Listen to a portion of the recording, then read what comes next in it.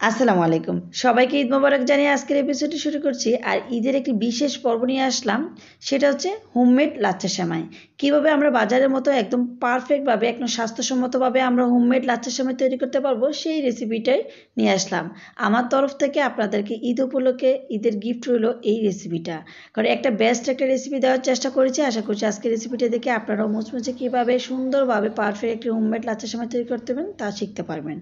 প্রথমে নিয়ে নিলাম 2 কাপ। আপনারা অবশ্যই এটাকে একটা খাতা বা ডায়েরিতে টুকে রাখবেন, কারণ হচ্ছে এলোমেলো করে করে বানালে দেখা যাচ্ছে আন্দাজটা ঠিক থাকবে না। তো 2 কাপ ময়দার সাথে আমরা নিয়ে নিচ্ছি প্রায় 1 কাপের উপরে পানি নিলাম। যতটুকু পানি লাগবে ততটুকু পানি দিব। এখানে হচ্ছে পানিটা আমি আস্তে আস্তে করে মিশাবো। পানিটা অবশ্যই আস্তে আস্তে করে মিশাবেন, এতে করে এমন একটা ডো হবে রুটির মতো। দেখুন 1 কাপের চেয়ে একটু ছিল, তো সেই অনুযায়ী আপনারা আন্দাজ করে পানিটা মিশাবেন। আর অল্প করে করে মথে ভালো করে মিশাতে হবে। এই কাজটা অনেক সময় নিয়ে করতে হবে। ভালো করে মথা হলে ডোটা স্মুথ হবে। তো আমি ভালো করে মথে নিচ্ছি, প্রয়োজনে 2 হাত ব্যবহার করে মথে নেবেন। তো যাই হোক, এখন 10 মিনিট ভালো করে মথার পর 10 মিনিট রেস্টে রেখে দিলাম। রেস্টে রাখার পর আমরা চলে আসলাম বাটার কাছে। বাটার নিলাম 100 গ্রাম 2 কাপের জন্য। আপনারা চাইলে একটু বেশি নিতে পারেন। আমার হাতের কাছে 100 গ্রাম ছিল, সেই জন্য 100 গ্রাম নিলাম, কারণ আমরা তেল দিয়ে এটা পরে কাবা করে ফেলবো। আপনারা চাইলে বাটারের পরিবর্তে ঘিও নিতে পারবেন, চাইলে আবার ডালডাও নিতে পারবেন। ডালডাটা অস্বাস্থ্যকর বিধায় আমরা ডালডাটা অ্যাভয়েড করতেছি, যেহেতু আমরা বাসায় বাসায় মানে হচ্ছে স্বাস্থ্যকর খাবার, সেই জন্য ডালডাটা আমরা অ্যাভয়েড করার চেষ্টা করব। তবে দোকানে তারা কিন্তু বেশিরভাগই ডালডা দিয়ে বানায়। আপনারা চাইলে ডালডাটাও মেল্ট করে এই অবস্থায় বানাতে পারবেন। তো আমি 100 গ্রাম বাটার মেপে দেখলাম প্রায় আধা কাপের মতো হয়েছে। আর 2বারে 1/4 কাপ নিয়েছি, কারণ অনেকে আছে 2টা গোল্লা বানাবে, মানে 2টা সেমাই ডো বানাবে বা 1 কাপ ময়দা দিয়ে বানাবে, সেই জন্য আপনারা মেপে দেখালাম 1/4 কাপ নিলেই হবে। আর এর সাথে 1.5 কাপ রেগুলার তেল নিয়েছিলাম। আর নিয়ে নিচ্ছি 1/2 কাপ পরিমাণ কর্নফ্লাওয়ার। এখানে বড় কর্নফ্লাওয়ার আছে, অবশ্যই কর্নফ্লাওয়ারটা দিতে হবে। কর্নফ্লাওয়ার ছাড়া কোনো বিকল্প নেই, কারণ এই কর্নফ্লাওয়ারটাই কিন্তু আপনার যখন একটা পার্ট আপনি যখন এটাকে করবেন পার্ট করবেন, সেক্ষেত্রে কিন্তু এই জয়েন্টগুলো আলাদা আলাদা থাকে, আবার তেলে দেওয়ার পরে ফাঁকা হতে সাহায্য করে, একটার সাথে একটা লেগে যায় না। যাক, আধা কাপ কর্নফ্লাওয়ার দিয়ে আর 1.5 কাপ তেল আর 1/2 কাপ মতো বাটার দিয়ে আমরা একসাথে মিশিয়ে এটাকে ঢেলে নিলাম। আর এখানে আপনারা চাইলে কিন্তু সরাসরি ট্রেতে দিতে পারেন। ট্রেতে দিলে দেখা যাচ্ছে গোটা গোটা থাকে, অনেক সময় লাগে মিশ্রণটা। যেহেতু আমার হাঁড়ি ভরিয়েছে তাই সেই জন্য আমি মিশিয়ে নিলাম। আরেকটা সহজ হিসাব দিয়ে, আপনারা যখন 1 কাপ ময়দা নেবেন, 1 কাপ পরিমাণ তেল আর ডালডা বা ঘি মিশিয়ে বা বাটার গলিয়ে মিশিয়ে 1 কাপ পরিমাণ নিয়ে নেবেন। মানে যতটুকু ময়দা ততটুকু তেলের মিশ্রণ নেবেন, তেল আর ডালডার মিশ্রণ, তাহলে আপনাদের দেখবেন পারফেক্ট হবে। তো যাই হোক, আমি 2 কাপ ময়দাকে আমি 4টা ডো মানে 4টা গোল্লা করে নিচ্ছি। আমি 4টা সেমাইয়ের বানাবো। তো লাচ্ছা সেমাইয়ের প্যাকেট 4টার মতো হয়, এরকম বানাবো। তো এখানে প্রায় 1 কেজির মতো সেমাই হবে। তো এখন আমি এই যে গোলা করে নিচ্ছি, যেহেতু মাপি না, এটা আন্দাজ করে বলছি, বেশি কম হতে পারে। ভালো করে স্মুথ করে একটা গোলা করতে হবে। গোলাটা করার পর মাঝখান দিয়ে ডোনাট শেপ করতে হবে। দেখুন মাঝখান দিয়ে আঙ্গুল দিয়ে নিলে হবে, ডোনাট শেপ হয়ে যায়। যেহেতু 10 মিনিট রেস্টে রাখা হয়েছে, আর ময়দাটা কিন্তু অনেকটা অ্যাক্টিভ হয়ে আছে, আর এখানে চিনি লবণ কোনো কিছুই লাগবে না। জাস্ট যেভাবে দেখাচ্ছি সেভাবে করে নেবেন। দেখুন একটা কর্নফ্লাওয়ারের সাথে বা কর্নফ্লাওয়ার তেলের বা বাটারের সাথে মিশানোর পর আর বাকিগুলো সবগুলো এভাবে দেওয়ার পর মিশিয়ে নিলাম। আর যেহেতু এটা ছড়ানোর একটা ট্রে নিয়েছি আমি কাজের সুবিধার্থে, সেই জন্য আমি একটু পরপর কিন্তু ভরে নিলাম। আর 30 মিনিট পর রেস্টে রাখার পর চলে আসলাম। অবশ্যই কমপক্ষে 30 মিনিট রাখতে হবে। আমি আজকের এই ডোটা প্রায় 40 মিনিট রেখেছিল, কারণ আমার ছেলেকে আমি খাওয়াতে চলে গেছিলাম, ভাত খাওয়াতে। তো যেহেতু রোজার শেষ পর্যায়টা তৈরি করেছি, আজকে আপনাদের সাথে শেয়ার করছি। তো 40 মিনিট আমি দেখলাম যে আমারটা রেস্টে ছিল। তো বললাম কমপক্ষে আপনারা 30 মিনিট রেখে দিবেন। একটা জিনিস যখন বানাবেন, এটাকে পারফেক্ট একটা রেসিপি ফলো করবেন, বারবার টেনে বারবার দেখবেন মেন জায়গাগুলো দেখবেন কিভাবে আমরা কি করেছি। এতে করে যখন আপনারা এই সেম রেসিপিটা ফলো করবেন, ইনশাল্লাহ আপনাদের রেসিপি আমাদের চেয়ে আরও ভালো হওয়ার সম্ভাবনা আছে, মানে ভালো হবে। কারণ রেসিপি ফলো করলে কিন্তু আপনার ফেল হওয়ার কোনো সম্ভাবনা নেই।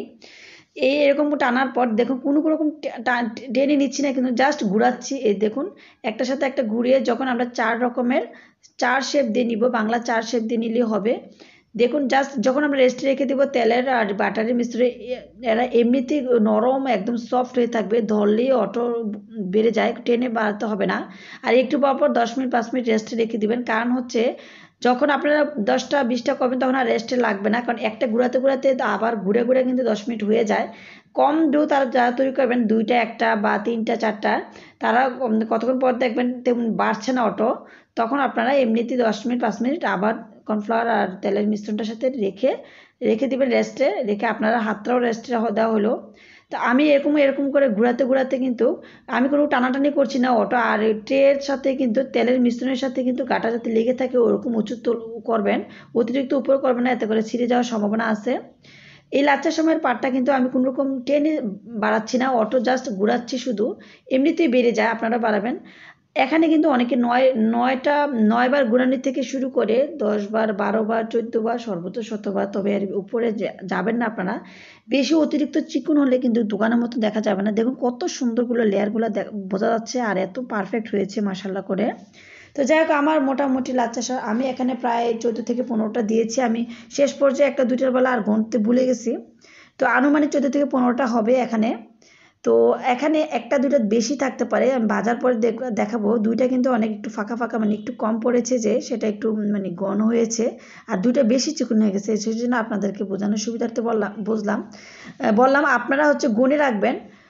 9টা থেকে সর্বোচ্চ 14টার মধ্যে রাখার চেষ্টা করবেন। আর যদি অতিরিক্ত চিকন করতে চান সেই ক্ষেত্রে 17টা, কারণ অতিরিক্ত চিকন করলে কিন্তু হবে না। একটা প্লেটে নিয়ে আমি হাত দিয়ে একটু চ্যাপটা করে নিলাম, আলতো করে, কোনো চাপাচাপি না। তারপর তেল হিট করার পর এখানে ঘি দিয়ে দিলাম প্রায় 2 টেবিল চামচ পরিমাণ। ঘিটা দেওয়ার পর পুরো ঘর ঘিয়ের ফ্লেভার ছড়িয়ে গেছে, যেহেতু এটা ঘি ভাজা সেমাই। তো ঘি ভাজার সময় কিন্তু আপনারা চাইলে ঘি দিয়েও ভাজতে পারেন, শুধু ঘি দিয়ে ভাজলে কিন্তু আপনাদের মানে খরচটা অতিরিক্ত পড়ে যাবে, তাছাড়া বেশ অতিরিক্ত মানে ঘিয়ের প্রয়োজন হবে। আর যদি খরচটা একটু কমাতে চান, বা দোকানে কিন্তু ঘি দিয়ে ভাজা না, জাস্ট ঘি পরেই দেয় ফ্লেভারটা আসার জন্য। তো এভাবে কিছুক্ষণ পর কাঁটা চামচ দিয়ে কিন্তু আপনারা ছড়িয়ে দিবেন, আর কিছুক্ষণ পর এভাবে উল্টিয়ে দিবেন। কাঁটা চামচ দিয়ে যখন ছড়াবেন তখন এক একটা লেয়ার কিন্তু আলাদা আলাদা হয়ে যায়। দেখুন কত সুন্দর হয়ে গেছে, আর প্রত্যেকটা পার্ট এত চিকন এত সুন্দর মাশাল্লাহ ছড়িয়ে গেছে, কোনটার সাথে কোনটা লাগানো নাই। তো অবশ্যই কিন্তু আপনার তেলের মিশ্রণটার সাথে কর্নফ্লাওয়ার মিশাবেন।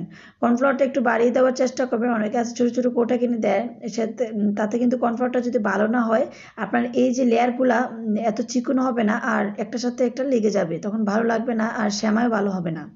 তো যাই হোক, একটা প্লেটে নিয়ে এভাবে দিতে ইজি হয়।